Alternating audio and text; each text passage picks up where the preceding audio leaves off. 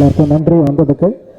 என் வாழ்க்கையிலேயே நான் வந்து ரொம்ப ரொம்ப கஷ்டப்பட்டு நடித்த படம் இதுதான் நான் சொல்லுவேன். ஏன்னா அதுக்கு காரணம் அந்த காஸ்டியூமு.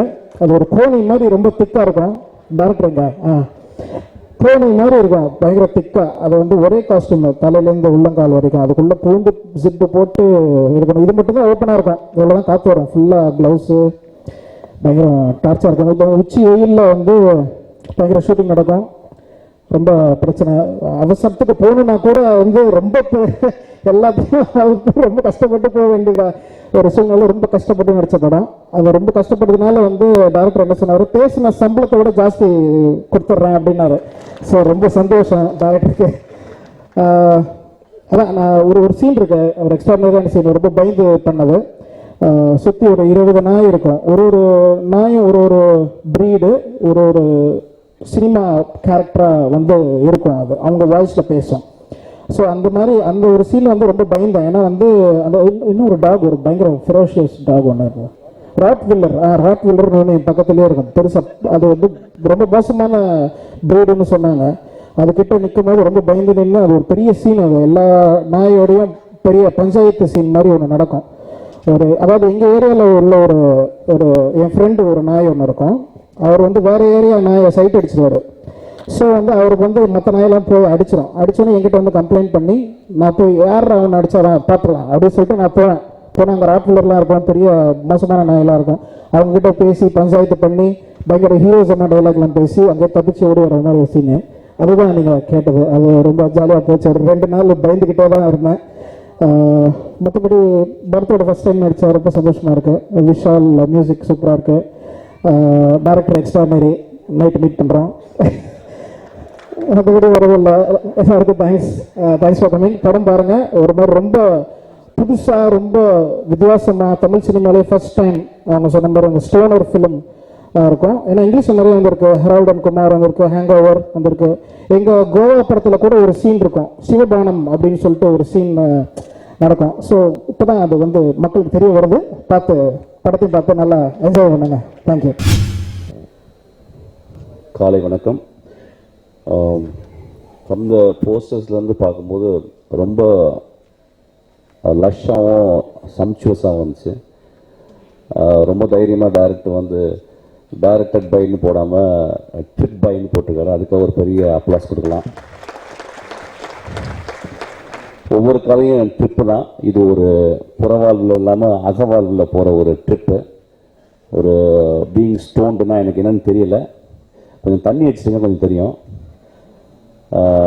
ஒரு புதுசான ஒரு கதைக்களத்தோடு இன்றைக்கி வர்றாங்க. இட்ஸ் வெரி ஒரு என்கரேஜிங்கான ஒரு விஷயம். எல்லா கதைக்களங்களிலும் ஒரு கதை சொல்லி நரகத்துக்குள்ளும் உள்ளே புகுந்து அதில் வந்து ஒரு நல்ல விஷயத்தை சொல்கிறதுக்காக ஒரு கதை சொல்லி மட்டும்தான் ஒரு சமூகத்தில் சொல்ல முடியும், உறக்க சொல்ல முடியும்.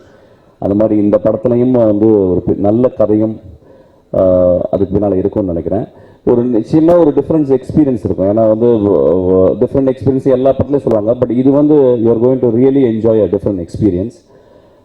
பரத்தை பற்றி சொல்லணும்னா வந்து ஒரு எப்பயுமே ஒழிச்சுட்டு இருக்க ஒரு கலைஞன். அதுக்காக ஒரு பெரிய அப்ளாஸ் கொடுங்க அந்த கலைஞனுக்கு. நடுவில் சில நாள் படங்கள் மோசமான இருக்கும்போது வந்து ஒரு தடவை என்னை வந்து பார்த்தாரு. நான் ப்ராமிஸ் பண்ணுறேன், வெகு சீக்கிரத்தில் நான் வந்து பரத்தோட நான் ஒர்க் பண்ணணும்னு நான் ப்ராமிஸ் பண்ணுறேன். ஆக்சுவலாக பிசாசு பரத்தோட தான் பண்ண வேண்டியது, கொஞ்சம் தள்ளி போயிடுச்சு. அதுக்கப்புறம் இந்த படத்தில் நான் கேட்ட பாடல்கள் ஆக்சுவலி அது பர்டிகுலராக அந்த எஸ்டிஆர் பாடலில் வந்து அந்த 2 பிஜிஎம் வந்து ரொம்ப ரொம்ப மெச்சூராக இருந்துச்சு. ஒரு ராஜா சார் பாட்டு மாதிரி இருந்துச்சு. ஐ திங்க் மெட்ராஸ் அவங்க அந்த ஆர்கெஸ்ட்ராலாம் பண்ணியிருக்காங்க. ரொம்ப இனிமையாக இருந்துச்சு.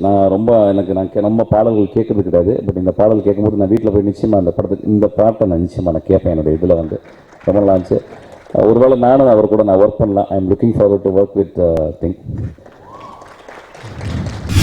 விசில் அடிக்கணும்னு தோணுது எனக்கு இப்போ. அந்த அளவுக்கு மூடில் இருக்காங்க. சரி அடிச்சிடலாம்.